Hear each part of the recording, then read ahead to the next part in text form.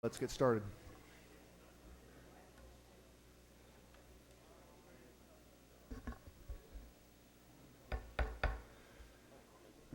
I call this meeting to order. It's a board workshop, post-reassessment policy options workshop. Roll call, please. City of Carmel by the Sea, Councilmember Beach. Here. City of Delray Oaks, Mayor Edelin. Here. City of Marina, Mayor Pro Tem O'Connell. Here. City of Marina, Councilmember Morton. Here. City of Monterey, Councilmember Selfridge. Monterey County, Supervisor Salinas. Monterey County, Supervisor Parker. City of Pacific Grove, Mayor Camp. Here. City of Salinas, Mayor Gunter. Here. City of Sand City, Mayor Pendergrass. City of Seaside, Mayor Rubio. City of Seaside, Mayor Pro Tem Oglesby. Here. 20th Congressional District, Congressman Farr. 15th State Senate District, Nicole Charles. 29th State Assembly District, Assemblymember Stone. Erica Parker, sorry.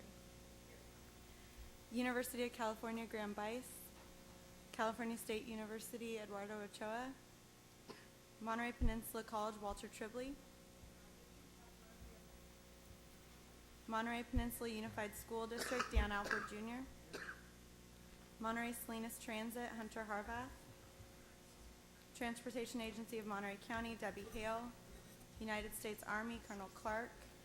Fort Ord BRAC Office, Bill Collins. Marina Coast Water District, Director Moore. Here. Vice Chair Edelin, you have a quorum. Thank you very much. As everybody can tell from our roll call, we have a special guest here today, Congressman Sam Farr. Thank you, sir, for showing up. It's a very important first of three workshops. If nobody has any objection, Congressman Farr, would you have any comments for the board, please? Well, thank you very much. I'm showing up because my name's right here, and because I had to have a knee operation, I couldn't fly, so I stayed home. And you get bored when you've been in a hospital bed for a bunch of days, and you said, what meeting in town can you go to and stir things up? So I heard there was a meeting at FORA today, and I thought I got to be there. No, I really thank you.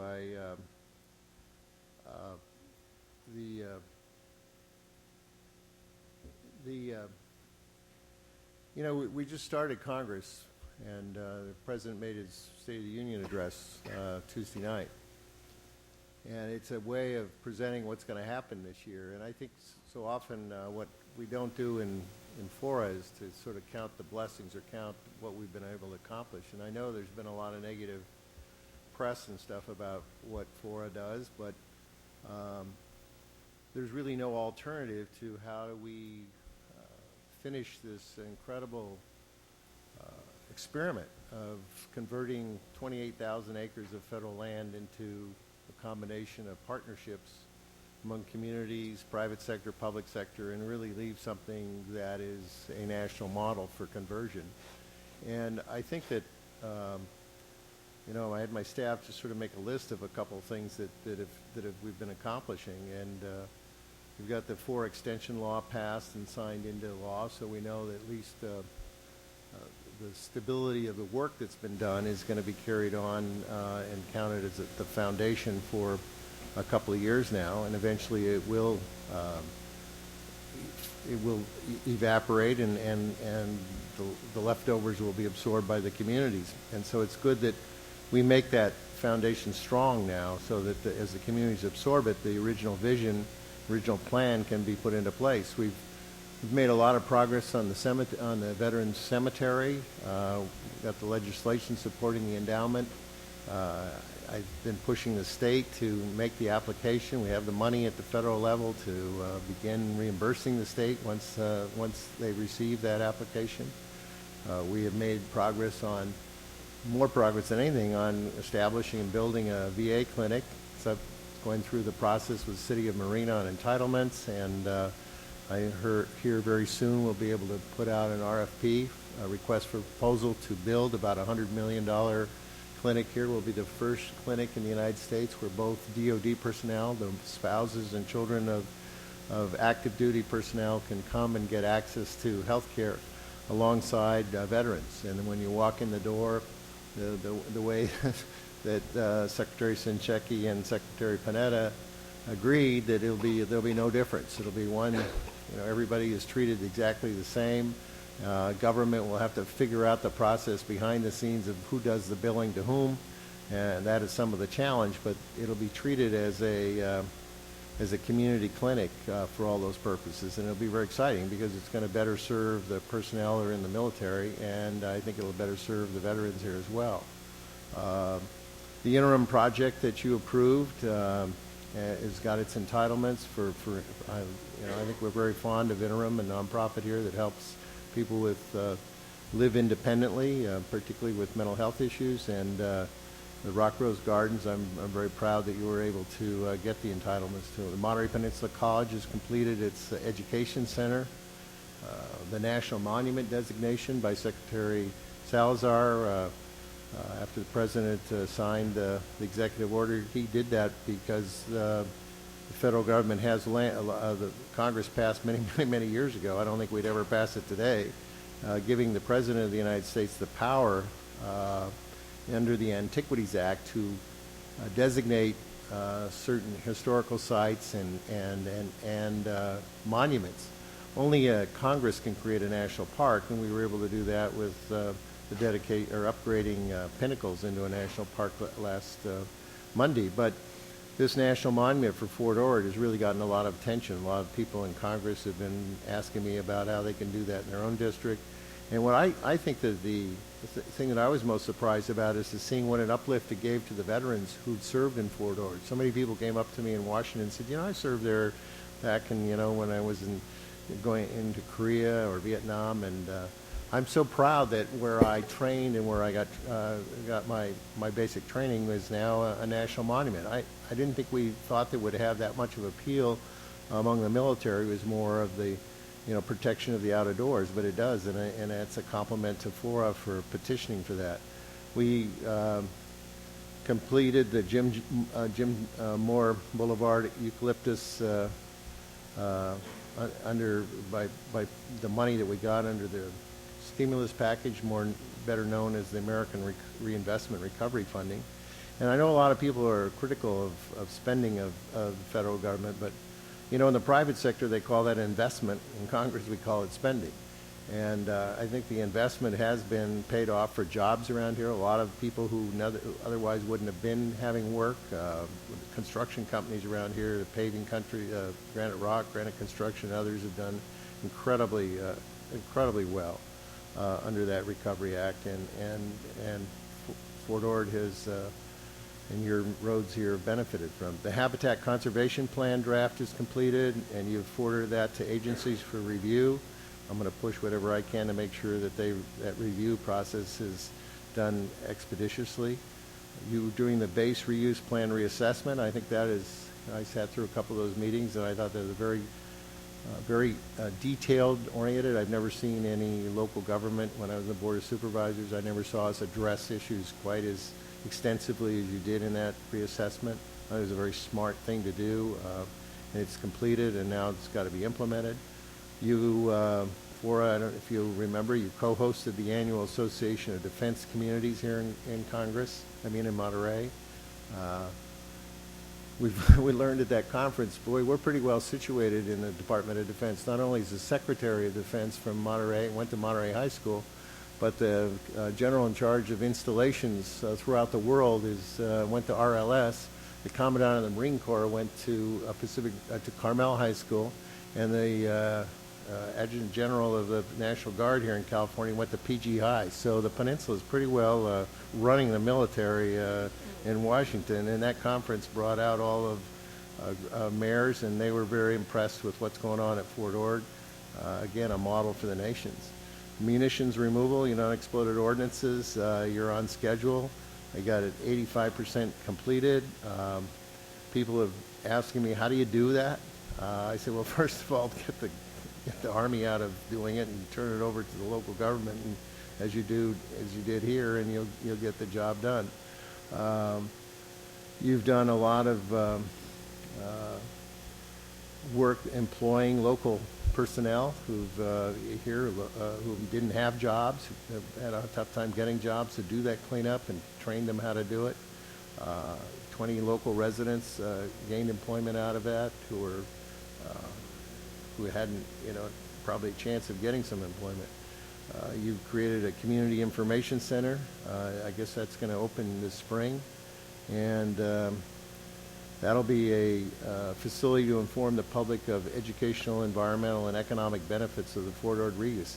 In essence, what you've gone through is an experiment. I mean, it started 20 years ago with the idea that we took a big region that had all kinds of political jurisdictions underneath it, plus state and federal. The federal government's pretty much done its job. The lands that were federal, we still have to clean up the BLM land, but we're pretty much out of the picture. And I think what we did when we left, at least giving you monument status and giving a lot of these monies and turning the land over without cost, was an incredible act of the federal government. The state has done its role in most cases, certainly creating the entire large state park here in the west side. And I think now the struggle, as you see in this workshop's all about, is, okay, the rest of the story. And the rest of the story is always the hardest because you've got so many conflicts of interest here. I just hope that in the year coming, don't watch Washington. We're falling into the abyss that Sacramento was in for a decade. I think that the future of the United States in the next decade, the solutions to problems, whether they be the issues on guns or local governments can't do immigration, but almost all the issues that President Obama outlined are not going to be solved in Washington. They're going to be solved by states and local governments and mayors and county supervisors rising up and just challenging and questioning, why can't we get these things done? And I think FORA is one of those entities that's taking complicated base reuse and rising up to the challenge of saying, okay, this is what we got to do to meet the challenges of the modern world, the new urbanism, the smart planning, smart growth, environmental balance. I think you're up to the task, and I'm very excited to be working with you. So good luck, and thank you very much. I didn't think you wanted me to talk that long and saying thank you, but I learned as a politician, once the microphone's open, grab it. Thank you very much. Thank you, sir. We appreciate you outlining the list of accomplishments, your confidence and support of us over the years, and we appreciate you showing up. I understand you have to leave early, so when we conclude our meeting here in about 7 hours after, if you need to leave a little early before that, I understand you have a list of priorities and so forth. So again, thank you very much. Okay, we'll be beginning the board workshop. For the next 2 hours, the FORA board will be conducting a workshop to discuss the policy options coming out of last year's base reuse plan reassessment process. After presentations and initial board discussions, there will be an opportunity for members of the public to address the board regarding this item.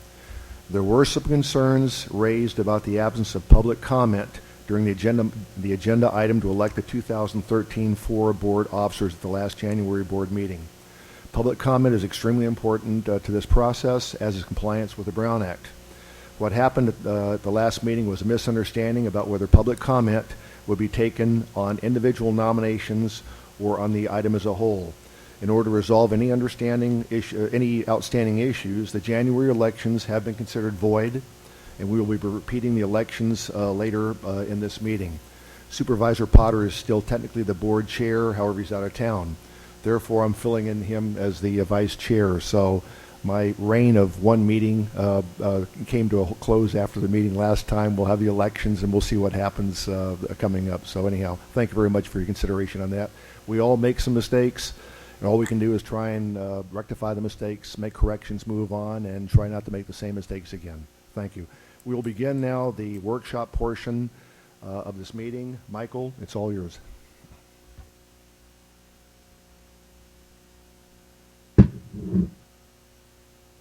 Okay, Chair Edel and the members of the board, I hope I'm not blocking anybody. Molly, I'm sorry if I am. Okay, all right. We have a couple of, just a review of a couple of items that we'd like to get the board started on this workshop. First, and I'm going to use some slides, and if you want to take a look at the slides, it'll give you a little bit of an idea of what I'm going to talk about, but I'm going to try to divert from them just a little. And first, I'm going to mention the 1997 Base Reuse Plan. That was a product of about 4 years of work that began around the end of 1992 after this community collected itself after the announced closure of the former Fort Ord and brought together over 150 folks at the suggestion of Congressman Farr, at the time Assemblymember Farr, I think in the beginning, Sam.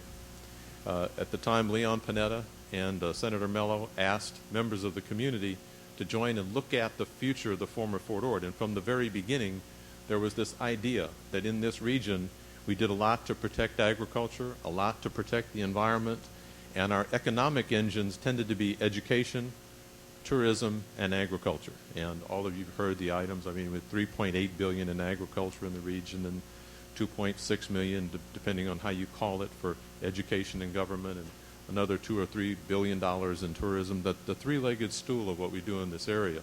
And what the idea was in the base reuse of this property, that it would be consistent with the basic underlying ethos. Some people call it pathos, but ethos of the Monterey Bay region. We would try to stay with that. And so the land use goal in general terms is about economic and educational opportunities with environmental protection. And Darren, of course, has pointed to the specific page where it talks about that in the base reuse plan. But there were 4 different iterations of the base reuse plan before it actually became the document we use today, the one that was adopted in June 1997. There's also a quote up there about the vision of the future and about it being a community that would grow up on the former Fort Ord base, more of a cohesive community, and looking at a special place for living and working based on economic and educational opportunities, and especially protecting the environment, because there was a great deal of discussion about the quality of life in the Monterey Bay region and what it meant to have a sustainable base reuse plan that looked and focused at how all of the communities working together would have their eye on a community that would sustain the quality of life in this region by using the economic and educational opportunity and conservation as well. We republished the base reuse plan in 2001 as a consequence of members of the community asking us to make it more user-friendly, searchable, and one that could be easily digitized. And so we formed a CD before we had DVDs. We had formed a CD and created this republication in 2001 so that the community could best use it. In 2012, we went through a reassessment process, and we've talked about this multiple times. Our base reuse plan was challenged by the Sierra Club right after it was published, and during the end of 1997 and early part of 1998, we worked with the Sierra Club to come to an agreement called the settlement agreement, which is Chapter 8 of our master resolution that talks about how we would go through implementing the base reuse plan. Included in that was a reassessment that would be triggered by one of 3 actions. One would be issuing a permit on more than 6,000 housing units. The other would be approving the use of potable water by another source other than the Salinas Valley groundwater basin, and then allocating that. That would be another trigger. The third was by January 1st, 2013, this reassessment would occur. So the reassessment process began in earnest roughly in September of 2011, slightly before that in the staff looking through this process, including the budget from 2011-12 that the board reviewed in April and May and June of 2011. But in earnest, around September, when we began meeting specifically with the Sierra Club because of our settlement agreement that required this process, and with other environmental groups that were interested in providing input to the process, we actually started a more formal public process that were public workshops that included a number of things, market studies and so forth. But from April to July of 2012, we did that first part of it. from August to October, as almost all of you remember, we continued the public input, collected more information, provided opportunities for public input in multiple different meetings and workshops, and then provided a scoping report to the board that was approved for moving ahead late last year. So then, of course, step 3 in the process was the actual preparation of the reassessment document, which, of course, was publicly reviewed last year. And then in December of last year, the board adopted a reassessment report. In that reassessment report, there were some important items. This is not to try to summarize or short-circuit all of the long list of important items that were included, but in very, very general terms, there were both successes and then a number of things that many would call yet to be done, others would call failures, some would call incomplete action. So I use the word incomplete because it sounded the best to me. But in terms of significant successes, I certainly think that the most significant one is the fact that we have continued to preserve nearly 2/3 of the base as open space and primarily for habitat protection. We've continued and steadfastly focused our attention on how to maintain that under our habitat conservation plan. And during the course of that conservation process, we worked with federal agencies, state agencies, local nonprofit agencies, and anyone else in partnering as just one of many partners that wanted to seek a federal designation for this property on Fort Ord because of its special character. And the former Fort Ord National Public Lands are now the Fort Ord National Monument. We also saw the Fort Ord Dunes State Park finally, after Bill Collins, after many years, going from federal ownership to state ownership. The reality of a state park and the promises that were made for having visitor centers there and mobile access and the recreational access is still a matter for the state budget to filter through, but we do expect that Fort Ord Dune State Park over the years will become not just a natural area for the snowy plover and for the other endangered species, but also an access zone for folks to be able to enjoy the coast. So that's a very important item that is an outcome. Also, I am very proud of our ongoing support and help for all of the educational institutions that have been successful on the former Fort Ord.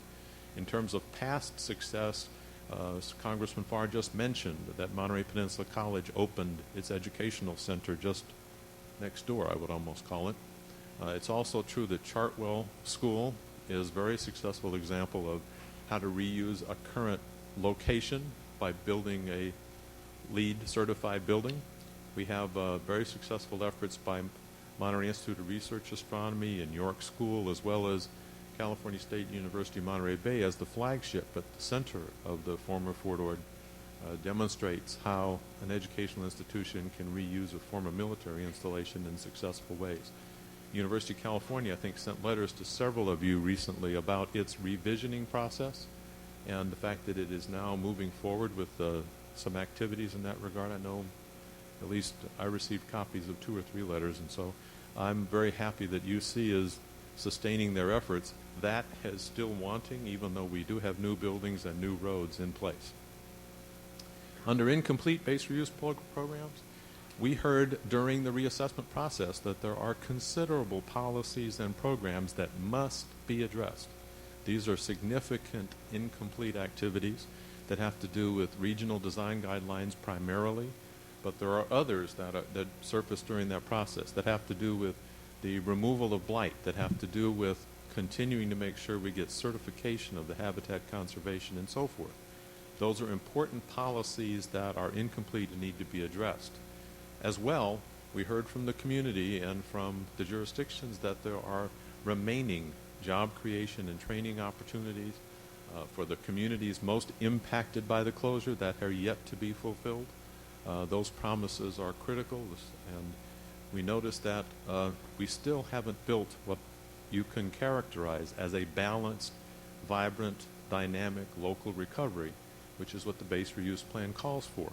a balance between jobs and conservation, a balance between education and support for education. And that dynamic local recovery, while it's still on the way, is a ways away from being accomplished. In terms of the reassessment report itself, it identified for the board's use a series of topics and options for the board to take a look at. Today, categories 1 and 2 are on tab for some discussion about how to address. That has to do with what are primarily corrections and some outdated references and so forth. In category 2, that have to do with prior board actions and regional plan consistency determinations that need to be more correctly put together and published for all to understand the current status of the base reuse plan today. There are also other categories, 3, 4, and 5. Those are meatier in some ways, subjects to consume, and we, at your direction, have scheduled a series of 3 workshops. This is the first of those. There will be another in March, another in April, to address these individual issues. So that's our goal.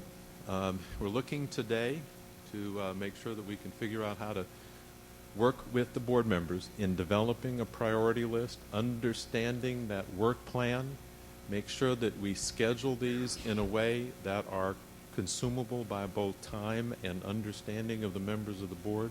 May require some education. We have some newer board members that have not been here in the past that would be helpful that we're all working from the same sheet of music, as I've heard certain attorneys reference from time to time. I also think that today's goals are to do those kinds of things and to think more about how we develop a follow-up timeline for the category 1 and 2 action items. We're not asking for any actions today on categories 1 and 2 except to adopt a timeline and a program to make them happen. There's, of course, an attachment for any of the board members who want to see what those staff recommendations are. We, over the course of the last month, after getting approval to move ahead from the board on securing a facilitator for doing all this work, we offered to several facilitators an option to submit and to bid to do work for us on the former Fort Ord. We had looked at the possibility that FORA staff and consultants would do this for the board. We looked at maybe putting together some teams of folks, but we, in the end, with the board authorization, felt that an independent facilitator that had some past experience here, but maybe no axe to grind, would be the ideal facilitator to do this work. I happen to know the person that we chose out of the result of that process. We asked Scott McCurry from Concur, Inc. if he would be willing to do this, and he has indicated his willingness to accept this job for the price that the board authorized so far, assuming that we stay with 3 workshops and don't ask for too much of his time. He, of course, gets the award for the longest travel distance to come to this meeting. Yesterday evening he was in Massachusetts in 5 feet of snow, he claims, and made it here in time to be able to facilitate this session. He has a considerable amount of educational experience, including a graduation from one university north of us called UCSC, also advanced degrees from UC Berkeley. He's worked in this area before. He should not be penalized for the fact that he has worked for the United States Army in the past, working to help facilitate Restoration Advisory Board work here at the former Fort Ord about 11 years ago. With no further ado, Scott McCreary. Thank you very much, Michael, and good afternoon, everyone. This is definitely a big challenge and big opportunity, and in a way, for me, it's Old Home Week. As I mentioned to some board members, once upon a time worked for the Monterey County Planning Department in 1979, actually, on the Big Sur Local Coastal Program, and at that time, I got to know one very intelligent, aggressive, and visionary supervisor named Sam Farr. And I think that might have been just about the last time I saw Sam Farr. So It's kind of old home week in a way. I have worked, Michael mentioned that I was in Boston yesterday. That is true. My office is based in the San Francisco Bay Area. I do a lot of work on land use planning issues, particularly in coastal zone management. I also worked on the Marine Life Protection Act initiative for the Central Coast and may have seen some of you at the podium at some of those meetings a few years ago. So my charge here is really to help the FORA board members give guidance and ideally reach consensus, reach agreements to give guidance to the board, to the staff, to go forward and really implement this reassessment process. And I want to build on what Congressman Farr said. This really is an incredible experiment. It is a national model, but importantly, and please note this, the Congressman ended his comments by saying now this process needs to be implemented. So that's the premise that I use in coming forward to do this work. To create some guidance for myself, frankly, in this process, I've drafted some what I call workshop protocols. And there is a handout which the board members have. And my expectation is that I will use these protocols today and going forward in structuring these workshops. And as Michael said, the focus really is to reach agreement among FORA board directors on selecting and prioritizing action items from the reassessment report. And one of the things that I want to call your attention to is the idea of distinguishing positions and interests. Many of you have very strong positions.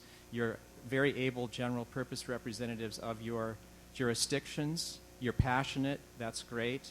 But we're also asking you, as you always do when you sit in FORA board business, to be statesperson-like and really think about the whole region and integrate your interests with others. That's going to be very important, especially as we get into the third round of meetings, where we're going to have to make some choices about priorities. And that will be challenging because individually, no doubt you have different interests and different preferred positions. But the idea is we'll try to help you to reach unanimous consensus. We talk about a mutual gains approach. Some people talk about negotiation as a win-win process. I think in a way that's simplistic. I think the idea is you don't always get what you want. You're not always going to win, but you all have something to gain if you put your ideas on the table and negotiate in good faith. So it's with that spirit that I approach this work. I will say that the expectation is the primary conversation in these workshops will be here at the FORA board table. There is a public comment period written into the agenda, but we really plan to focus the bulk of the deliberation among board members. Obviously, you want to be informed by public comment, but the primary conversation is in front of me. We understand, I understand, you all know, that the goal of your decision-making is to reach consensus. I also know from experience that's not always possible, so I may at some points choose to take straw votes. I may ask you individually, can you live with this way forward? And just know that that's one of the tools I'll use. As Michael said, I have no particular axe to grind. I'm not aligned with the FORA staff. I'm not aligned with any person sitting around the table. I'm neutral and independent, but I am here very committed to help you get your work done and to do that in a way that's well-informed, mutually respectful, and really does encourage creative thinking. Last point I want to add is that Michael noted some of you may be newer to the FORA process than others. We think that information sharing and fact-finding is a pillar of good decision-making, and so I would ask as one of these proposed protocols that if you feel that you have information needs to support these deliberations, please let us and the FORA staff know that. We really do want to pool information and not encourage withholding information. We really want this to be as well-informed as possible. So that's a little preamble from me and a little bit about my kind of theory of practice. And at this point, I just want to reemphasize that these three workshops are set up in a sequence, starting with what we think are some bounded topics for the first workshop. And Darren is going to tee these up. And the concept is he's going to put some concepts on the table, an outline perhaps for direction to staff, and then we'll open the floor up to deliberation. One other thing I want to add, you'll notice that we've distributed these table tents. which shockingly have the same names as your other placards. But the idea is, if you want to make a point, if you want to get into the conversation, put it up on Edge, and I will try to keep a queue so as to track who wants to get into the conversation next, so we don't have a free-for-all. And frankly, this helps me because I don't know all of you. And so please use the table tents as we get into deliberation. So with that, I'll ask Darren to tee up the first item. Thank you, Scott. Board members, what we have today for your consideration coming out of the reassessment report is relatively straightforward compared to perhaps some of the meatier, as Michael said, or more policy-oriented topics for workshops 2 and 3. But basically, this is laid out in attachment A to your current board report. And these are items that we refer to as categories 1 and category 2 from the reassessment report. Category 1 truly is very straightforward. It's essentially a housekeeping matter. This is where the reassessment report identified various typographical errors, editorial errors, things that could have been worded more clearly, and wording in the 1997 base reuse plan that is containing references that are now out of date and things along those lines. Basically, these items have all, the cleanup items have all been identified in the reassessment report. And so there's not any actual work to be done with regard to identifying those at these points. However, as opposed to kind of chunking through what those are in the context of this workshop, we thought it would be more sensible to bring that back as a subsequent agenda item, which could actually take place as early as next month. So we're proposing to just bring that back next month within the regular agenda. That'll give us some time to circulate the text from the reassessment report that identifies precisely what those corrections are, and to give folks a chance to focus on those one last time, identify anything that may need to be possibly corrected in that, although we think that has basically already all taken place. What we're proposing to do is bring that back next month, and to have the board take action to basically approve or endorse those changes. These are strictly very simple corrections. What should be noted here is that once the board does take action to basically indicate that everyone agrees with these changes, they would still basically be held back or just sort of kept on file until an actual republication of the base reuse plan takes place. And so one of the next items that we would need to have a discussion with the board is regarding establishing a budget and a timeline for republication of the base reuse plan to take place in order to incorporate these corrections as well as the corrections in the next category, which is category 2, and that's on page, it starts on page 2 of attachment A to your board report.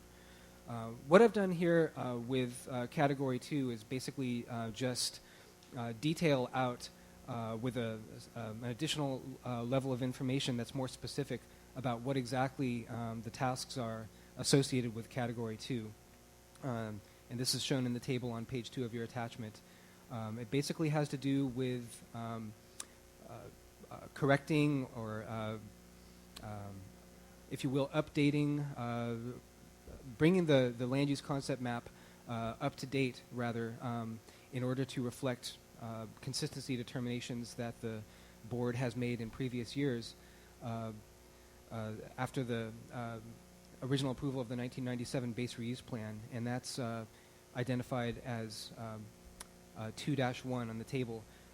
There's been some discussion before that this work has essentially, or a draft of this has already been completed. This was included as, I believe it was figure 7-2 in the reassessment report.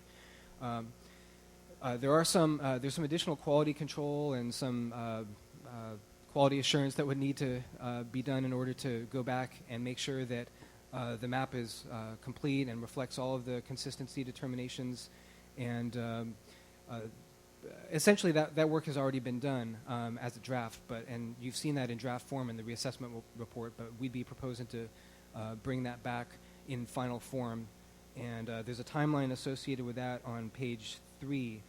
We'd be proposing to bring that back in May of this year. As for the next items in the table on page 2 of your attachment, there's also an item in category 2 for bringing the land use concept map up to date based on 2 other things that have occurred in the past. One was the East Garrison Parker Flats land swap agreement in 2004-2005, and the other item has to do with potential adjustment of the Highway 68 bypass corridor, where it's in the city of Monterey's jurisdiction. So what we're proposing to do is to bring those items back in July of this year. With regard to 2-3 in the table, there's an item for making some adjustments to the circulation-related maps and text in the base reuse plan, and that's basically the intention there is to bring it into conformance with the most recent version of the capital improvement program. We would be looking to bring that back in June of 2013. And finally, there's item 2-4 in the table, which is actually a separate type of action. What this has to do with is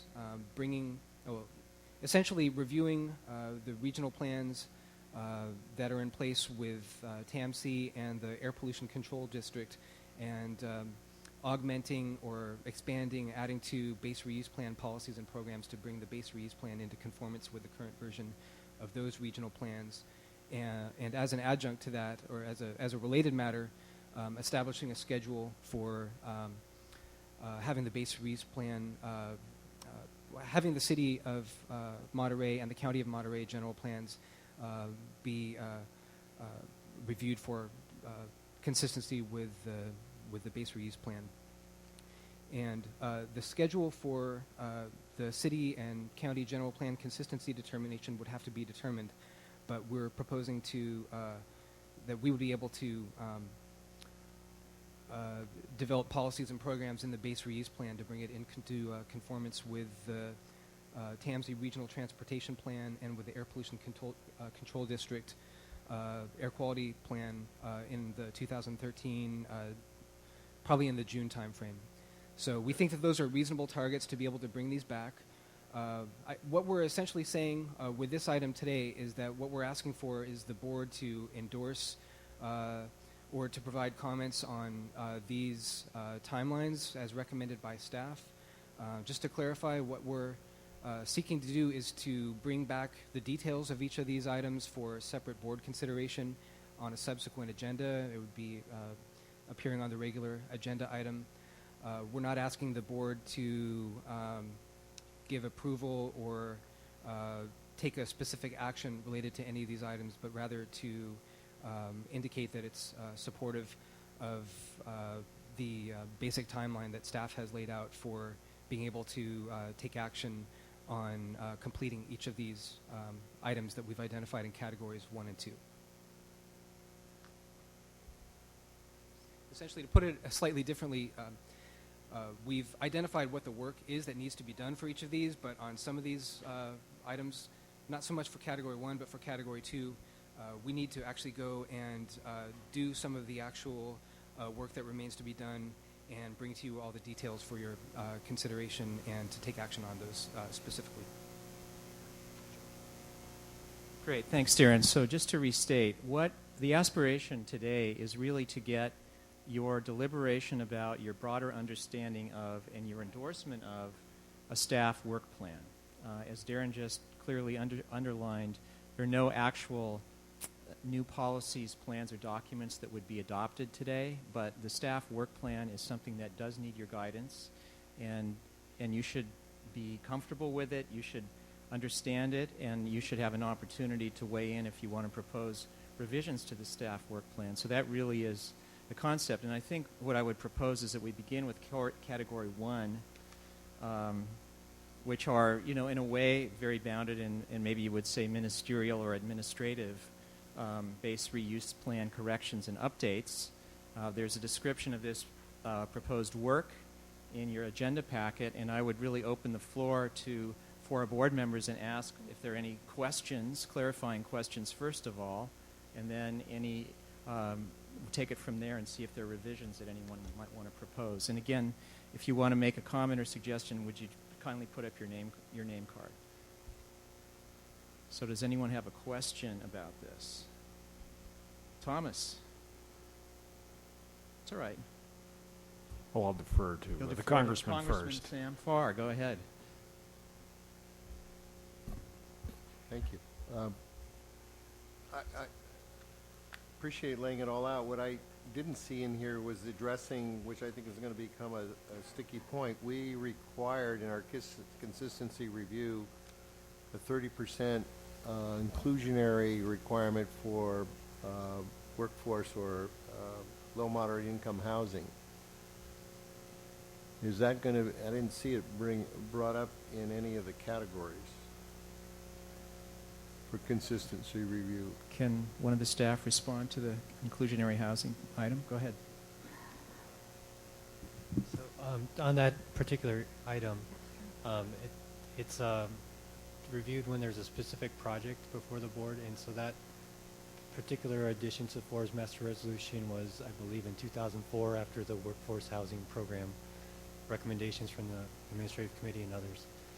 So all projects from thenceforward were required to meet those provisions and have as far as I am aware. So do each of those projects come before the, first of all, you do consistency review for the general plan of each of the underlying jurisdictions, correct? The city and the county? Correct. That's the generic. And then the specifics of each of those plans, project by project, has to come for consistency review as well? Correct. So there's a legislative land use determination consistency review, which goes to the FORA board for action. And then there's development entitlement consistency reviews, which are the entitlements projects need before proceeding, and those are administrative unless they're appealed to the FORA board. And I forget, Michael, did we include jurisdiction by jurisdiction of what the percentage of inclusionary housing had to be? We have a base-wide number. The individual jurisdictions have adopted their own, and they're not always uniform, but they're all at a minimum what FORA requires. That was 30%. And what about the big super contract that was made when we did the land swap for Seaside and the inclusionary? We had some additional inclusionary housing in there for personnel of the Parks Department, although not managed by the Parks Department, and the elder hostel and all of those specifics. Those are still and would be brought up under consistency review. Where's the authority to hold the underlying jurisdiction accountable for these requirements?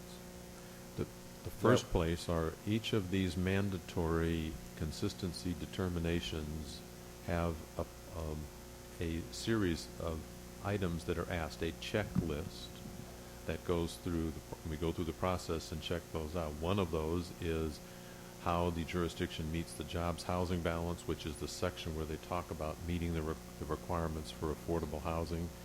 In some cases, the jurisdiction has even stratified how they meet it by so many very low, so many low, so many moderate, so many workforce housing.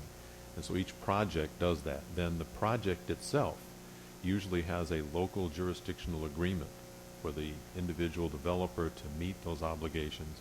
And many of those agreements, not all of them, but many of those agreements also have in the past required FORA consistency review because the business terms of that transaction are subject to consistency with respect to the developer meeting for their fair share of the obligations. And in the case that you spoke about, which was the land swap, Congressman, that's a contractual obligation that the city of Seaside entered into in order to move the swap forward, which is even more so. I'm not sure that those components are subject to FORA consistency determination because I believe they're over and above our requirements. Well, where's the enforcement mechanism? At the consistency determination is FORA's enforcement mechanism. If a consistency determination has already been made and someone or some jurisdiction or project fails to meet those obligations, our enforcement would be to withhold consistency determinations for that jurisdiction until they're in line. And that puts a cloud on the development then? On any future development, in our case, our actions are prospective. We don't have an enforcement mechanism retroactively. Well, I would submit to the board as you get to these issues, you may want to consider at least a uniform, transparent public process that allows for people applying to live in this housing to be uniform, like having the names come from the housing authority or some south or one of the entities that does the qualifying. We've had problems in the county when I was on the Board of Supervisors and many times since that the developer ended up deciding on who was going to be living in the affordable housing, and it certainly wasn't necessarily a very equitable or transparent process. And I think that this is a key component. And I argue, and I'll repeat it, is that, and I just got through surgery, and I asked everybody at the Westlands house, where do you live? You drive here to Monterey. I think about, I'd say roughly 80% of the people I talk to live in Salinas, so they got to drive here. Well, the only way you can get to the Westland house is some way you have to ride on a 2-lane road. I mean, even if you get, through Blanco over through Marina, then onto the freeway. And our future is going to be, we're going to cut off access to the Monterey Peninsula through traffic by just having workforces having to commute distances to do jobs. And the only way we're going to really hold that accountable so that you can basically live close to work is to make that inclusionary requirement that 30% of the housing here be sold at prices of which people who earn the salaries working here at the, at REI and working at Target and things like that, the salaries they earn ought to be able to allow them to afford housing at Fort Ord. And you are you're going to have to be the cop to review whether in fact jurisdictions are living up to that promise made in the reuse plan. And I hope that it's going to be a tough discussion, and I hope that somewhere in this review that you incorporate that in the consistency discussion. Thank you. Thank you. Congressman, I would just suggest that we do have on page 8 of 151 comment about what happens with housing. That's in section, it's actually under policy number 4, which is a future subject for another workshop, and I would submit that that would be the appropriate time for that discussion. Thanks very much. I have Tom Moore, Jane Potter, and Victoria. So, in category 2, items 1, 2, and 4 deal with modifying the base reuse plan. So I just want to feed back to you what I think I've just heard about process, and you can tell me whether I heard it right or not. So in 1997, this board produced a base reuse plan. Sierra Club sued. There was a settlement in 1998 that I presume somehow, in some way, modified that plan a bit. And then over the years, a variety of both general plans from jurisdictions and project plans have come before the board, aspects of which were not consistent with the 1997 base reuse plan, but this board found them consistent anyway.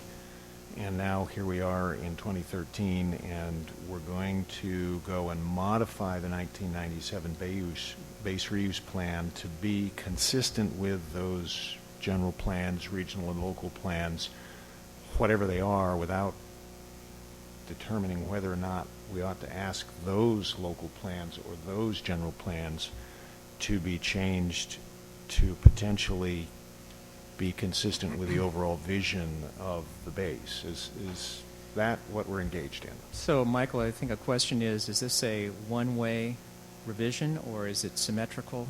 Who's involved?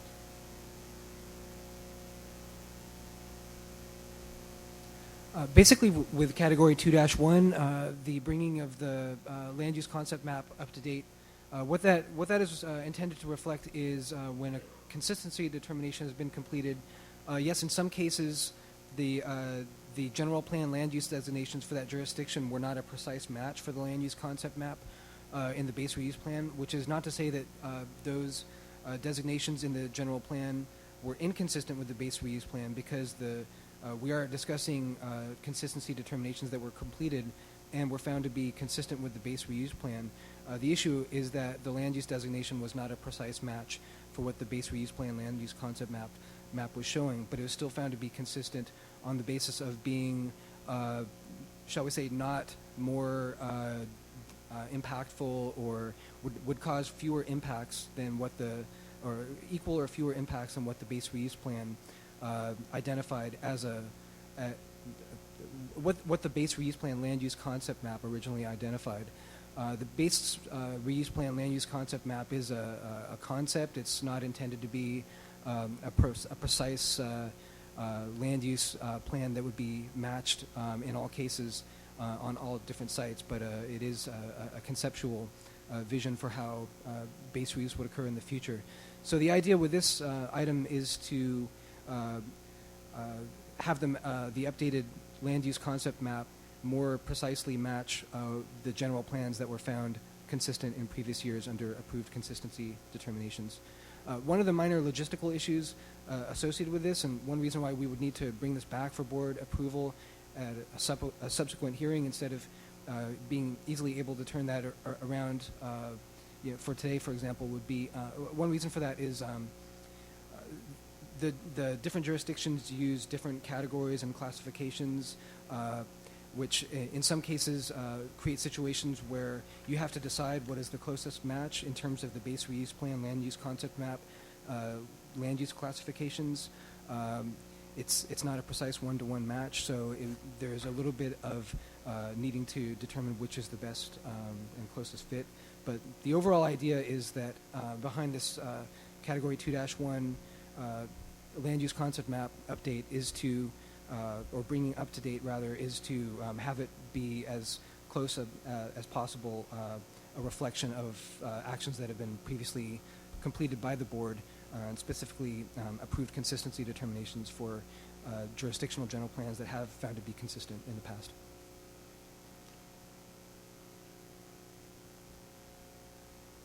Tom, was that sufficient answer to your question? Well, it was an answer to my question, right? Michael, do you want to elaborate at all, or good? All right. So it seems like it's a sort of functional consistency, but not word for word verbatim consistency, because, as was just pointed out, the jurisdictions use different language. They have their own designations, and it is not a precise general plan map that links up to zoning. It's more general than that. Is that fair? Okay. All right, I have Jane Potter next and Victoria Beach. Thank you. Good thing Dave's not here. He gets very distressed. My last name is Parker. That's all right. He's not here, so we're all right. I very much apologize. No problem. I wanted to, I share the concern that Tom Moore has raised, but I'm actually going to focus on Category 1 for the moment, because, and really it applies to each of the follow-up to our workshops, and I want to make sure that I'm understanding what's going to happen. It sounds like what we are doing is proposing a sequence for later, more detailed consideration of each of these That's right. items. And so my question is that I hope, so it's a question and a comment in one, I hope that the staff is prepared and that the board is prepared to take the time at our regularly scheduled FORA meetings to really go through these things in detail, and even Category 1 that are supposed to be routine little corrections, as we've seen thanks to this recent letter from the Sierra Club, we need to not just assume that if the staff is telling us that they're just simple corrections, we need to not have to just take their word for it. We need to be able to look through a red line, strikeout version of everything. It needs to be gotten to us well in advance of the meeting, plus any PowerPoint that's going to be presented. And then in the board meeting itself, I think we really need to go through it item by item to make sure that we're clear, that we're seeing everything, and that we really know what we're approving. So that's, and then I think too, so there's some of these or most are coming to us at the March meeting, which probably is going to be, an hour and a half's bit of work to go through it. What I would suggest is that we not plan to take action on those changes or questions or whatever is brought forward until the April meeting in case there's further clarification or correction that needs to happen. So I'm hoping that that's what staff envisioned, and just putting it out there for the board as well. Excellent. So I think the first point is just confirming that the requested action today is a staff work plan, which is very much what you laid out. The second point, which I think is very important, is take the time to go through these revisions systematically, don't gloss over them, and if necessary, factor in the time to do the review and maybe even hold open the possibility that adoption is even a next step after the review. Is that correct? Okay, thank you. Victoria.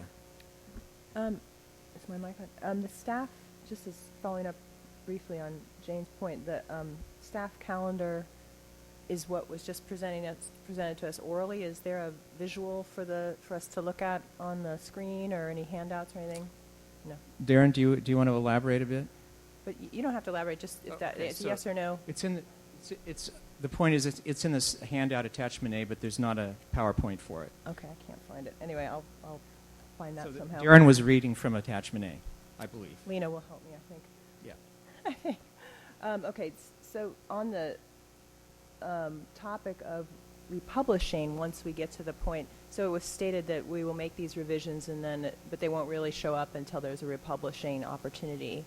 So I thought, and I know that last time this was digitized, Michael was saying there was a CD rather than a DVD. Mm-hmm. Maybe now's the time to actually move past both those technologies and do all this right on the web. I don't know if I've missed something, if that's already being done, but it seems to me like that's the next step toward transparency and availability of the information. And so, and it also makes us not have to be on any kind of cycle for republishing. Right. We can just do it and in real time. So that's one point, and I have a couple more briefly. The National Monument designation, because I think this has to do with Group 2, but it might not. You can correct me. The map corrections and modifications, I just want to assume that will be on there, and we'll understand. And then this is probably off the topic because it goes to point 4, but I just wanted to bring it up since it's related to what I just said, that when we do get to the design guidelines, I'd be very curious to make sure that the National Monument designation, which probably comes with, and I'm new to politics, I have never studied this in my life, been doing this for less than a year, but I would assume that the National Monument designation brings with it very certain procedures for how to develop those sort of approaches aesthetically and otherwise functionally, and it just would be good if we knew what those were and that we could coordinate that together with what we are going to be doing for our regional piece. So I think that's more category 4, and I didn't realize today that we weren't going to be talking about 4, but anyway. All right. So a couple of important points to restate. Could there be consideration of web-based technologies in the republication of the documents to make them more accessible and stay with the current technology? And as the National Monument is considered, can the procedures that accompany that be somehow factored into the plan update? And I see staff nodding. All right, Gail? Yes, thank you. I would reaffirm what Ms. Parker has expressed, is that it's very difficult, the staff report, and I'm one of those new people, and I will acknowledge that, is that the staff report is as is insufficient in how it's been given to us, is that we really do need to see the changes offered in context in the base reuse plan. That so when you're changing words, just as you would with any other legislative body, you get a proposed, what the statute is going to read with the amendments highlighted and what's being deleted, because it's our responsibility to look at that and to make sure we're acting in the appropriate manner. But I want to step back one step further in this planning. And so while we need to do that, and you're asking us to look at A and look at B and look at D, we never have gotten to even where we're starting. I've heard the word functional consistency. What are the functions that I'm trying to match up these decisions with? What is the vision? I've heard the word vision. I've heard the word base objectives.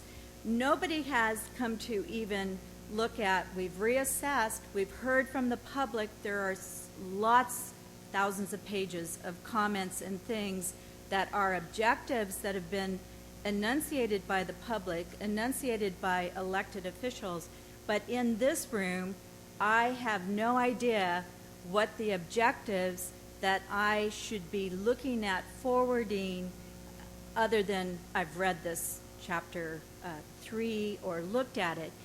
But I think the step that we're missing here, and I'm not sure if it's Mr. Ochoa or Dr. Ochoa, and I don't want to offend him. Dr. Ochoa tried to bring this to our attention at the last meeting, which was you need to start this procedure with that collective approach to re-looking at the visions and identifying what are those visions. Now, Congressman Farr gave us a synopsis of some of those visions, and I thank you for that, and going through what we have accomplished. But are those still the visions of the community? And then now let's set up a procedure after we've all agreed on what the vision is that we are going to achieve for our individual jurisdictions, and as we are acting as a regional board for the benefit of the region, then you have a framework within which to decide each action item. Otherwise, you're just asking me to look at something in a vacuum, which has little value, probably often. So that's my comment to this process. I think we don't really have the process. You're asking for staff direction, but I think we also need a process of what we're looking at as a board. Thank you. Good. Thanks very much. So a couple of points, kind of starting at the medium scale and then broadening out. At the medium scale, just a reaffirmation that any proposed text revisions be brought back explicitly with red line strikeout in context, so it could clearly be seen where that text fits, and then broadening back out, what is the overall framework that guides this structure? You brought up the term vision.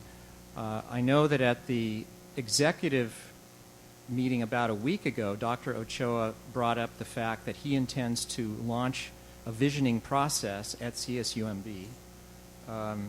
He's not here now, so I can't ask him what his timeline is. But I believe that the intention of the staff is that visioning process not necessarily precede or impede the progress of this reassessment planning process. So presumably, they are in some sense going on in parallel, will go on in parallel. Follow up, go ahead. Yes, if I may follow up. My understanding, I was not at that meeting, right, but there was a discussion about the vision and what needs to happen for the FORA board. What happens at CSUMB is just one jurisdiction within the FORA board. My understanding of what Mr. Ochoa was offering to the FORA board was to take the lead and give us a facility and perhaps even a facilitator to bring that process among us. Not what he's doing separately at the university. So I just wanted to make that right. distinction. That's Yeah. what I heard differently at right. the last meeting. Right. I don't know, Jerry or Michael, do you know anything more about that intended process, or do you want to say anything else about visioning? No? Okay. All right. Debbie. I had two questions. One was, how do you plan to treat the consistency changes with regards to the regional transportation plan? Because we're currently in the process of updating that. And so would you do that concurrently with our update, or would you do that based on the old plan?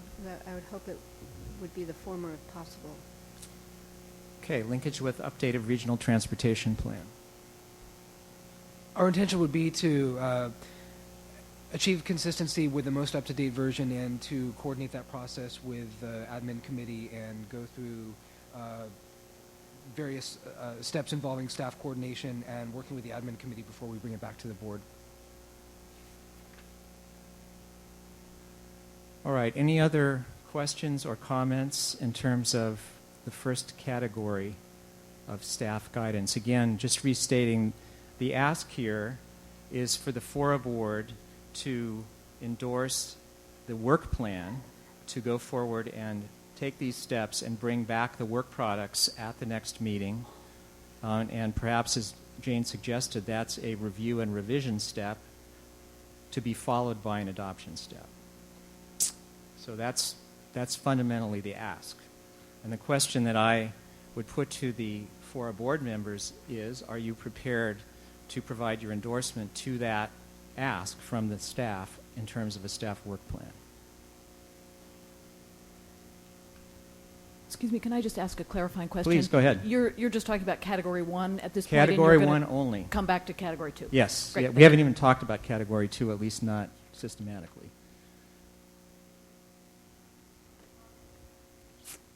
Well, I'd like to, before public comment, I'd like to see if there's deliberation from the board members, and then we'll take public comment on this question.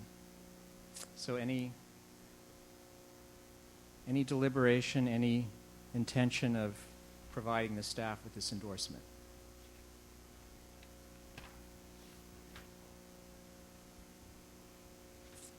A lot of poker players here. Shall we go forward to public comment? I'll just respond. Yeah, Gail. I'll just respond. To the extent that something is a typographical error, typographical means you're typing and you type the wrong letter. So if you're going to bring back to us typographical errors, that's fine. We don't even need to look at policy or what our visions are or moving forward. When you get into clarification, and as the letter from the Sierra Club said, there's a big difference between using the word will, mandatory, unmandatory, shall, discretionary. So it may be when you bring these things back that many of these items will then all of a sudden go off the Category 1 because they might be a substantive change that we have to evaluate once we understand what our vision or our policies that we're trying to protect and move forward are collectively. But to come back and show me the changes in the context, I'm good with it. Before you adopt it. Okay. Yeah. Yes, Jerry. We have 5 categories. We're on Category 1 right now. That's right. And how do you feel about Category 1? Well, I know, but we're only doing one of 2 today. True. This is actually pretty straightforward. As Gail said, I agree with her that when the recommendations, modifications, corrections come back, we should see the original document and the change. If we have the original document and the change side by side, we should be able to do this in 2 or 3 minutes. So I have no problem with it personally. Okay. Any other board members want to weigh in? I don't have a sense of whether you're prepared to give the staff the green light on this.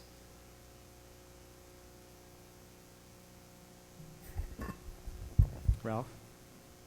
The issue of having a red line and original documentation, I think, is a good idea. It gives us a framework from which to work.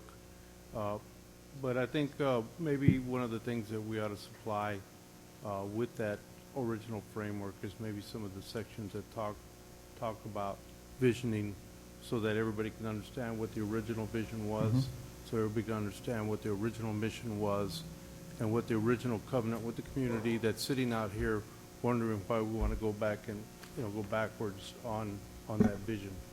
I think it would be helpful for us, helpful for the public. Thank you. Thank you very much. Darren wants to weigh in, and then we'll go to Bill.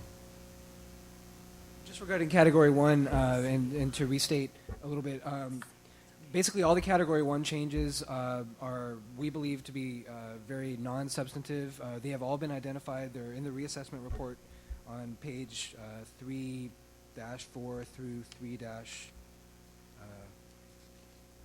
3-12, apparently, approximately. They are already in strikeout and underline format, and in some cases where it may not be 100% obvious what the reason is for the change, the consultants, EMC, provided a brief explanation of the reason for the change. So it should be quite straightforward just to pull those out of the reassessment report and bring those back next month. Bill. Thank you. I think basically where we're heading with Category 1, yes, we need to see the old document, the new document. Let's get on with it. And it strikes me as straightforward. I think we will find that some of the changes on updates for consistency are probably, in a way, more substantial, but there is a trace from what it was to where we are, and there's a factual basis for those kinds of changes. Now, and my understanding is we're not looking to redetermine the consistency determinations that have been done in the past, but just to assert that they have been done and the new status is this. So so that's the first thought. Yeah. Category 1, straightforward, let's do it. You're prepared to green light this. Yes, but beyond that, and I'm going to bring this up with some trepidation, there's a lot of stuff in this. Mm-hmm. And we're at a very early stage, and we're spending a lot of time, okay, see at least one head saying it, on the very simplest part of this. And they're really substantive issues that we're going to have to get to. Mm-hmm. And the question that I know is going through my mind is, from a procedural point of view, can we sit here with 22 people at the table, staff lined up to help us, facilitation, and have an effective style of participation in the depth we need? Or do we need to think about, for future stages, smaller work groups, subcommittees, or some other process that allows for a significantly more dynamic form of interaction in greater depth to at least bring back to us as a whole body more focused recommendations, rather than trying to have all of us on every issue of contention thrash through it. And so that's the question that's going through my mind. And I think the answer at some point is going to be yes, and the reason I say it with trepidation is it's a lot of work, and I'm thinking this is about a 1.5-year process to really do it at the level of detail that's going to produce sufficient comfort in the minds of everybody here to get where we want to go. Well, a couple of excellent points have just been made. I think one, without a doubt, Category 1 is the tip of the iceberg. Starting to make these changes and bringing them back may raise policy issues, but I think the staff's perspective is we got to start, and this is a place to start. Your point about work teams and structure and meeting format, remarkably, I brought the same things up in my proposal to FORA. There are other formats for doing this work. It is tedious to do wordsmithing with 23 people. It's not the most efficient way to get it done. Work teams can be an effective way to do it, but you would need to think about how that meshes with your structure and the Brown Act restrictions on it. But I think it's a very, very fair question. And both of the last two speakers seem to be leaning toward, yes, let's give the staff the green light, but be prepared, staff, that when you do this, we might spot policy issues that might need more discussion. Any other members of the board want to weigh in before we turn to public comment? My very far right. Tom. So I do appreciate Mayor Camp's very optimistic evaluation of a 1.5 years. I would suggest when staff for Category 1 provides us with a red line and a markup, if you can extract it from the original consultants or whatever form, give it to us, please, in Microsoft Word with the track changes turned on, because it's really easy to flip back and forth between what the final version looks like and what the red line version. Much harder to do that with 2 pieces of paper.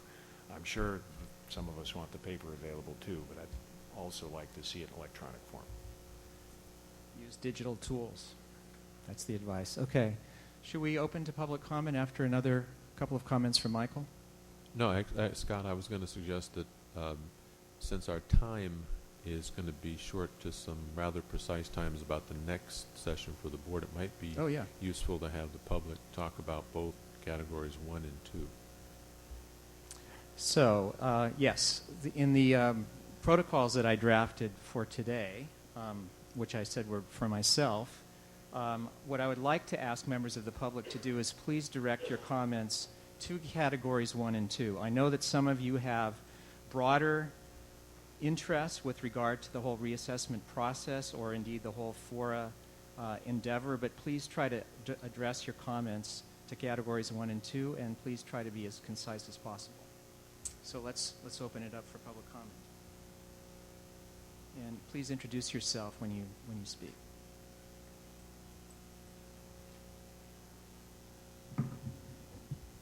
My name is Levon Stone. I'm the Executive Director of the Fordown Environmental Justice Network.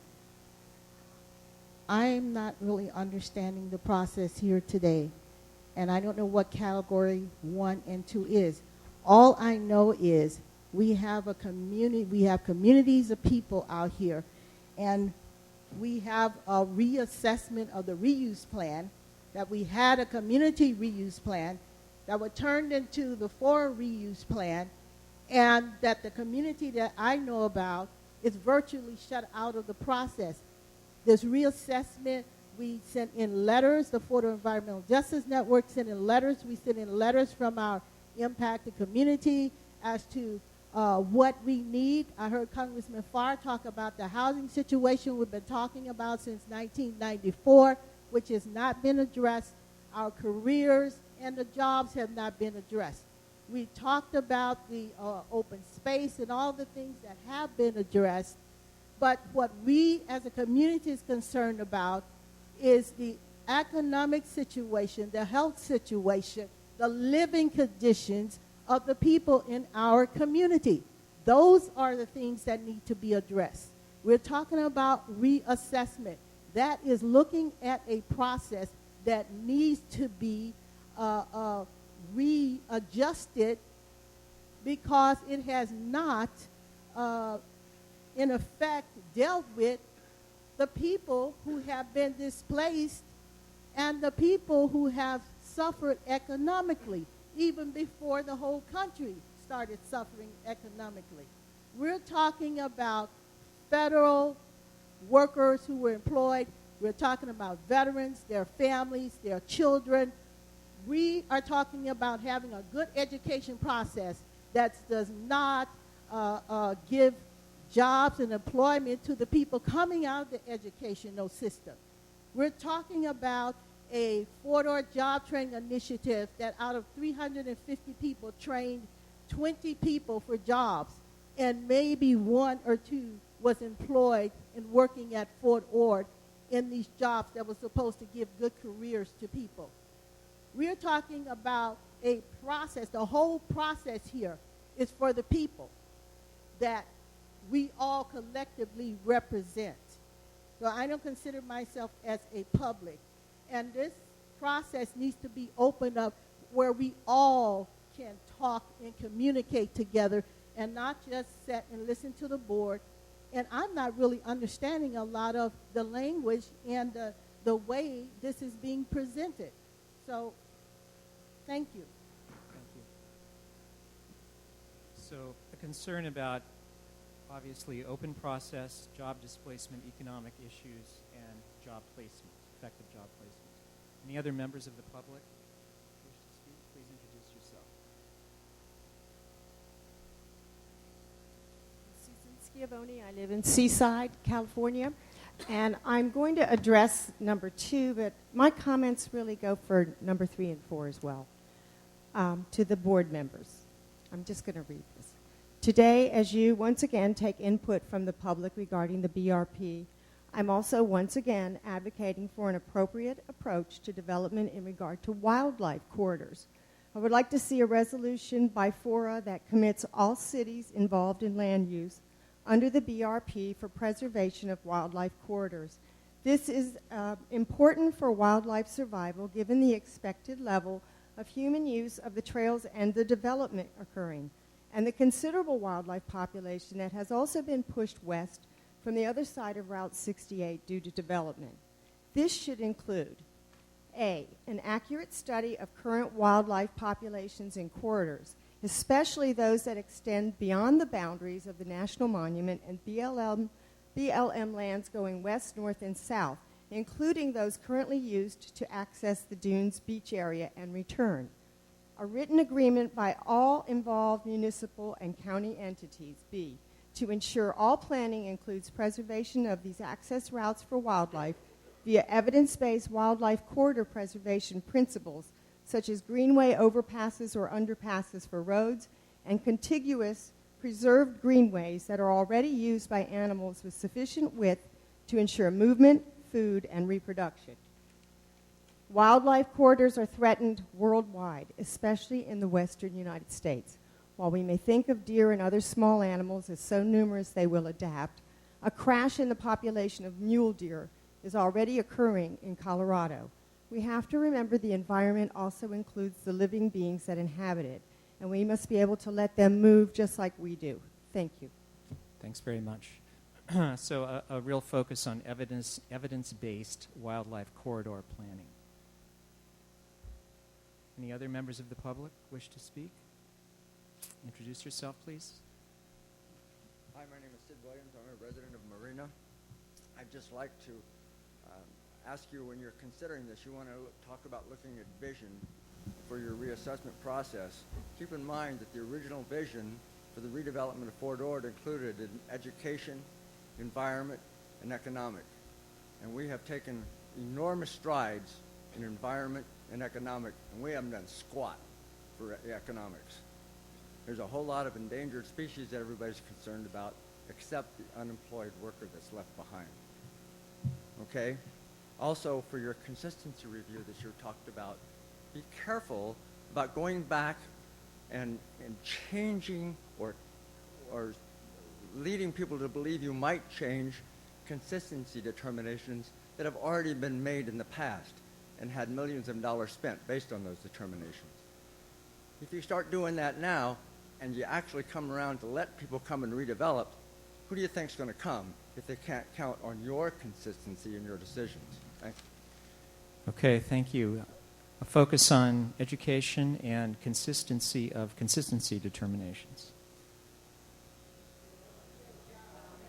And economics. Thank you. Go ahead. Thank you. Good afternoon, Jan Schreiner. I'd first like to speak with Congressman Farr's point about the 30% workforce housing requirement and enforcement. I would say to this date, lawsuits, public benefit lawsuits, are one method that has been tried. Also, we've seen phasing, a late phasing in projects, or delegated or relegated to opportunity phasing. But thank goodness for federal funding. We have grants now, and I have lived long enough to see a federal grant be part of the South County housing, creating the affordable housing at what was once the University Villages and now is the Dunes. I don't know that I'll live long enough to see something like that for Marina Heights. We have a settlement for a lawsuit there. Now, based on my love of the documents and the framework that I have of utilizing what I say is my ideal world and making plans toward what I can really apply in real life world, I am a content first kind of a writer. And I would suggest the following phases for this process. I would request that Category 4, the numbers 3-83, 3-112, 3-106, 3-89, 3-111 are all immediately established as subcommittees, if possible by the acting chair today. And I would put that Category 4 as a high priority, something that we could start now as actual substantive content. I would move to Category 5 after that, that is the FORA process. And finally, I would finish with what I would call the cleanup of the document toward the end of the process, and that would be Category 1, 2, and 3. I think as a writer, my experience has been to clean up typos at the end of the process, once the writing, the ideas are down. Thank you. Thanks very much. So a plea for content-based writing and calling out a whole series of key categories or key topics under Category 4 as likely priorities. Any other members of the public wish to speak? Go ahead.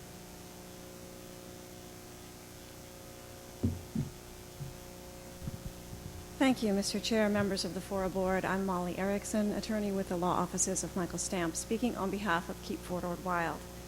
First, I want to applaud you all. I am encouraged by the comments I hear today of asking questions so you make sure you know what you would be approving before you approve it. Even when you get pressure from the facilitator to, do we have a green light today? No. You want to know first, what in fact are you approving? I am encouraged by that. I applaud you for that approach. Process is very important, and it's nice to hear it start to take place today. As you may be aware, certainly from the headlines in today's paper, that has not always been the case. In 2010, the FORA Board, the then FORA Board, approved many changes to the FORA Master Resolution. If you look on your Master Resolution, the front page has a list of all the dates that it was amended. At the very bottom, it says, amended March 12th, 2010, minor amendments to clarify and correct errata. It was far more than that. The FORA Board at the time rubber stamped it, not realizing what was being approved. In fact, there were over 110 changes to Chapter 8 alone. Chapter 8 being the Sierra Club Settlement Agreement, and the Sierra Club, as you've seen from the front page of the paper, if not from the letter you apparently received, was never notified of those changes. 110 changes to Chapter 8, the vast majority of which changed the wording from shall to will. Fairly meaningless, question why it was done at all, but it was done. 4 changes of those 110 or so changed shall, not to will, but to may, a huge substantive change. Those changes expressly were as to the consistency analysis. Congressman Farr, you might be aware that consistency analysis requiring consistency with a base reuse plan was changed from shall be consistent to may be consistent at the FORA Board's discretion. That's been in effect for essentially 3 years now, and only now it's being exposed. Please don't let that happen again. And I can tell you that if you were to rubber stamp Category 1, which I think is called typographical errors, minor clarifications, etc., beware of the etc.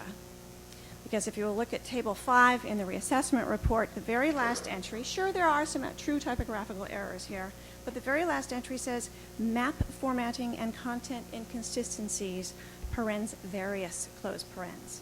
That's like etc. Beware. Changes to maps have huge force of law. It changes land use, and that's exactly what is being proposed in this etc. before you today. So thank you for paying attention to each one individually. I will also close by saying that, and that is true both for Category 1 and Category 2, there are very substantive changes. They're not minor. They should be subject to prior CEQA review, which hopefully, given your schedule planned, will take place. One final comment.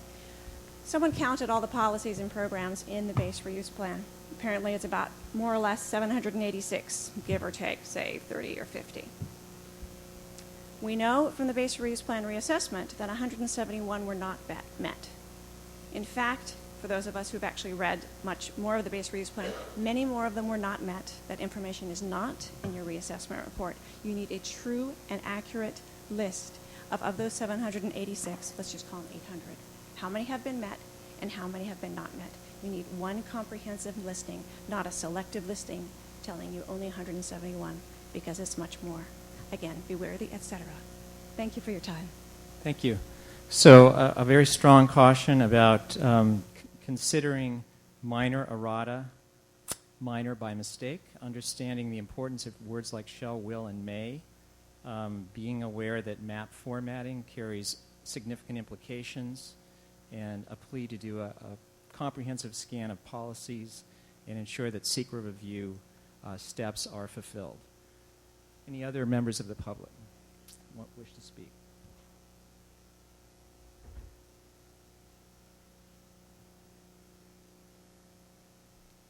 Margaret Davis.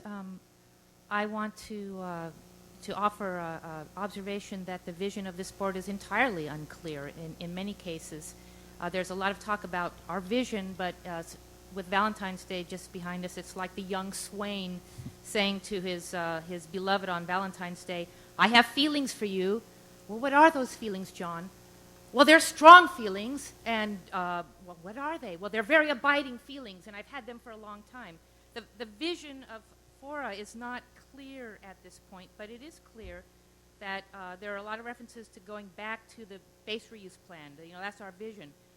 However, where ideas are unpopular or things are brought forward that weren't really considered properly and given proper weight and may rock the boat, the base reuse plan is routinely ignored or brushed aside.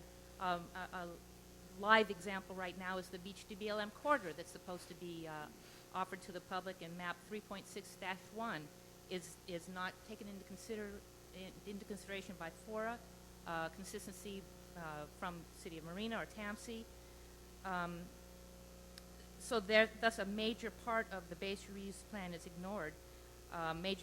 Mayor Rubio was talking about, well, we're not going backward, and the staff made it clear that things ratchet one way.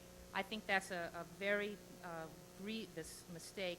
Whispering Oaks is one example of poor ad hoc planning without deep knowledge of why things were set forth as they were. What was the purpose of patches of open space like Whispering Oaks?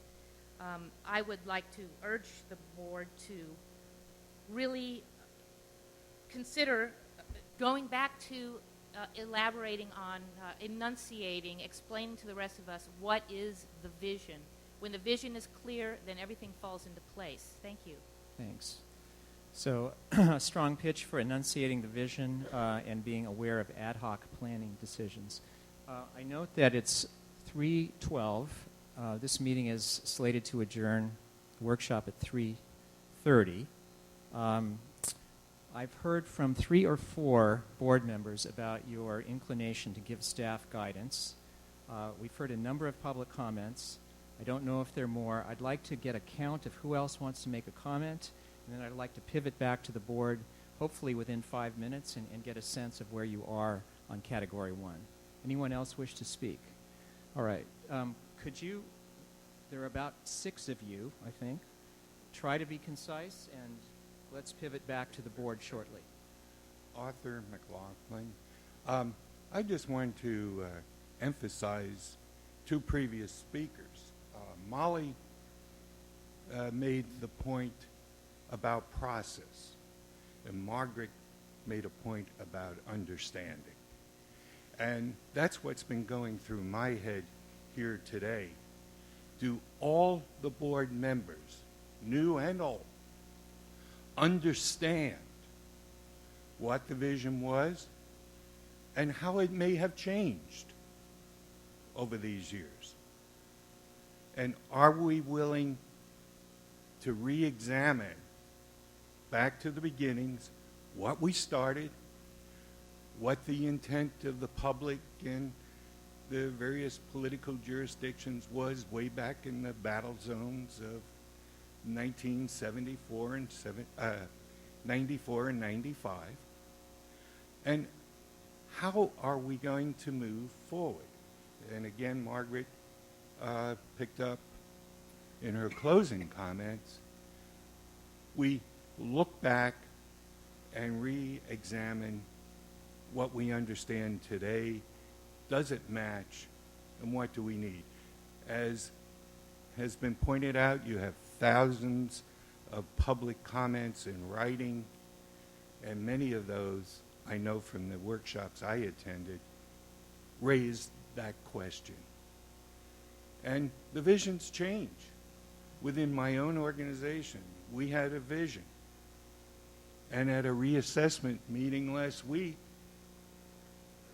holy mackerel, some of the vision is changing. And you know how it changed?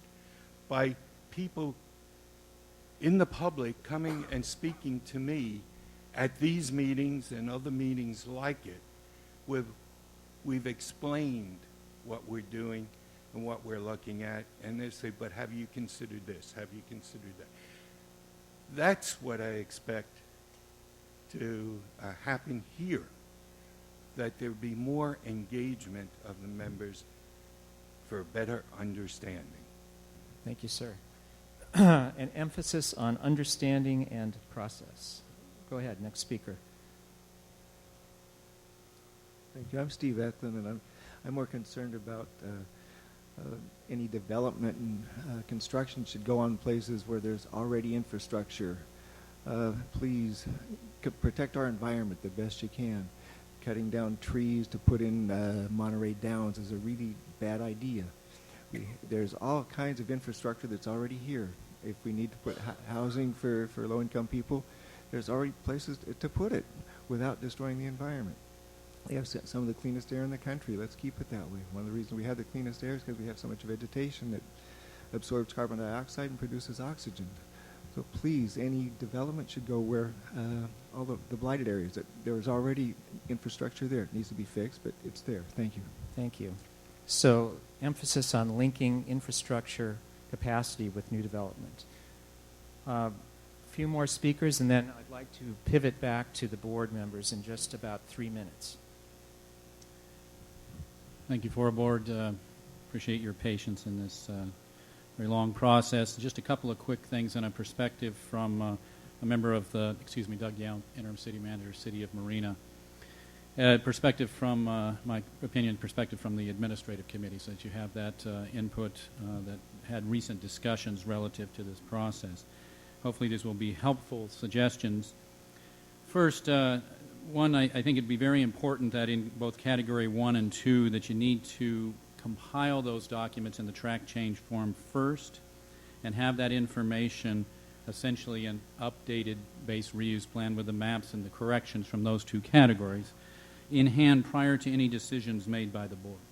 That gives you all a very literal one, you're all on the same page, you've got all the documents, you've got it in front of you, and then you can get that information to specifically used for any of your decision-making process. Secondly, the vision process that's been talked about here, it seems like that's really unpractical for it to be separate and apart from the base reuse plan reassessment. There seems to be, would be much more effective, I think, to have the, for the base reuse plan reassessment implementation, that visioning confirmation to precede the board action to act as criteria or guidelines for which all future board decisions are made relative to the implementation. It may be a simple reaffirmation of what the base reuse plan is already, or what's in the base reuse plan already, but it's an important consensus step for moving forward. I also think that you may wish to consider the subcommittee idea. May be important in terms of technical review or technical work on future stages. And also, partly for the future, some key things to think about going forward that I did not see in the base reuse plan reassessment that are key issues of economic viability, although they may have been mentioned in the market study. Some of those key things that have happened, some significant changes that have happened is RDA dissolution, another number of other state law changes, obviously the economics after the Great Recession. Something to think about in terms of economic viability as a primary assumption in the previous base reuse plan are things like prevailing wage levels, demolition, funding, and affordable housing. So all those things are key economic variables that may need some additional review. Thanks. Thank you very much. So a format and practical advice around providing documents and track changes, advice on linking visioning confirmation as guidelines with the reassessment process, and an awareness of macroeconomic trends like the RDA dissolution, the current state of the economy. Yes, sir. I think that this may be our last or next to last speaker, and then I'm going back to the board. Carlos Ramos, representing C-Jobs, Coalition for Jobs, Opportunity, and Business in Seaside. Isn't it amazing that when we want to take off to a journey, it starts one way and then it starts changing? But I think that if we decide to go from point A to point B, or Z, it's still that point. I will propose to you, Sam, it's good to see you. I will propose to you that the vision has not changed. The vision has always been the same. It's in the wording of the documents that you have. It's called the base reuse plan. Try to look at the word reuse. What came out of that? The 3 E's. Education, the environment, and the economic revitalization or reuse of what was lost. What I'm hearing, unfortunately, and we're grown-ups, is whining again. That's all it is. It's like the kids, we took off and we pulled over to gas up, and the kids are saying, but I want, and I want, and I want, and I want, and I'm going to continue going, and I want to. And those are the ones that get all the attention. But again, there is a vision, and there is a trajectory that this entire conversation has taken us to. And we've got an A+, Sam, on the environment. There's 2/3 of this property out here that you cannot touch, okay? We've got an A+ on education, this wonderful facility that has a lot of acreage compared to a university, a state university that's probably 3-4 times bigger with probably 5 times less acreage. That's wonderful. But what about the promises? That promise of jobs, the promise of giving back the economic reuse vitality to a community. You know what, ladies and gentlemen? This is no longer conversations and whining. This is becoming a social justice issue now. It's more than just a conversation of planning. Someone very cleverly in one of their comments mentioned the threat of lawsuit. Well, if that person can do it, then I think we can too. The lawsuit of what we're not going to get, of jobs, opportunity, and helping businesses. There, I said it. But you got to listen to it. And you got to listen to the spirit of the vision that's already there. The what is there, it's now you're working on the how. Thank you. Thank you very much. Bear in mind the spirit of the vision, an argument that the vision, in fact, hasn't changed. The three E's are solid, but a question about where is the social justice component for the jobs. So at this point, I'm going to ask you to be very concise, and then I'm going back to the board. I'll be very quick. Concise. My name is Jack Stewart. Grab a pillow. I'm a citizen of Marina, and I've been involved in this process since when I worked with the county on the Fordown reuse group at the time under General Moore's tutelage, and it has evolved to what it has right now. Don't reinvent the wheel. The vision is there. It's always been there. Maintain the vision. Smart people thought of this vision. They weren't stupid. Some of them are dead now, but that doesn't matter. They were smart at the time, and they made this really sage decision. And based on what I've heard today, no way in heck should there be more than 5 people on each subcommittee, and let's get this thing resolved. Please. And the people that are not up to speed, ask staff pointed questions and get up to speed. Read the documents. That's what they used to tell me in the Army. You got the new job? There's a bookshelf of books back there. I said, oh my God, or words to that effect. And I got it done. And that's what you do, folks. You dig your heels in, hunker down, get it done. Subcommittees. Thank you, sir. Sage advice. Mr. Chair.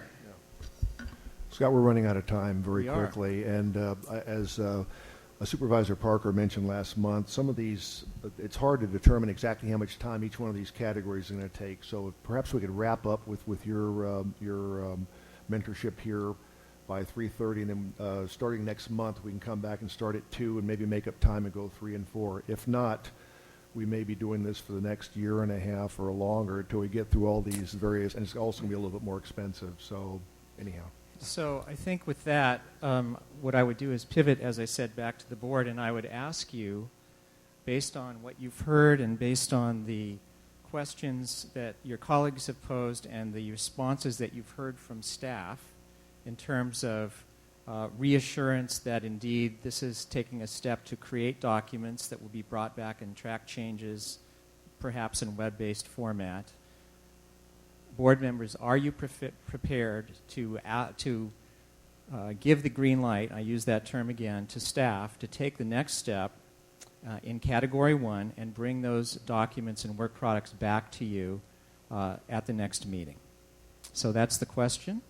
Mr. Chair, I don't know what your protocols are. I could ask for a show of hands, or I could ask for a motion, but I'm interested to call a question. Show of hands. Show of hands. Who's in favor of giving this guidance to the staff?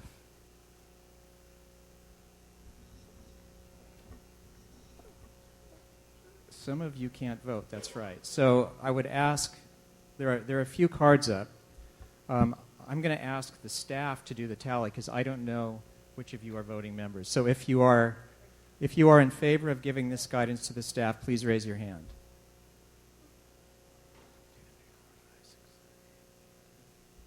Okay, thank you very much. If you do not support this, would you let us know? There may be abstentions, but it appears this is unanimous. Is that correct? Okay. So if you do intend to adjourn at 3:30, we have 3 minutes. You've heard a lot of advice from members of the public and from fellow FORA members. You've certainly heard advice about, let's be a little bit more clear about what we're intending to do in this process. Let's be more clear about the documents we're comparing. And let's think about how this relates to other planning processes that may be going on, including thinking about the clarification of the vision. So perhaps that's advice that can be considered and brought forward into meeting number 2. Mr. Chair, any follow-up points to that? No, not at all. I'd like to thank you, Scott, for your excellent facilitation of this workshop. And we've got at least 2 more to go, hopefully not for a year and a half, but we'll see how that goes. At And least. thank you very much for an excellent job. My pleasure. And I'd like to, we have Assemblyman Stone just came in. We've got 2 600-pound gorillas that have joined us today, so it's a very important period of time. So, okay, right now what we'll be doing is we'll be adjourning the board workshop, post-reassessment policy options. We'll be reconvening in closed session now. Closed session will include conference with legal counsel, existing litigation, Government Code 54956.9. There are 4 cases there. Conference with legal counsel, anticipated litigation, Government Code 54956.9B, 2 cases. And Public Employee Performance Evaluation Authority Council, Government Code 54957.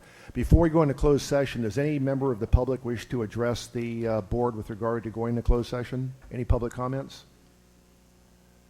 Seeing no public comments, we are now adjourned, and in open session. We'll be reconvening in closed session right next door in the FORA conference room. We should be back in not more than half an hour. Thank you.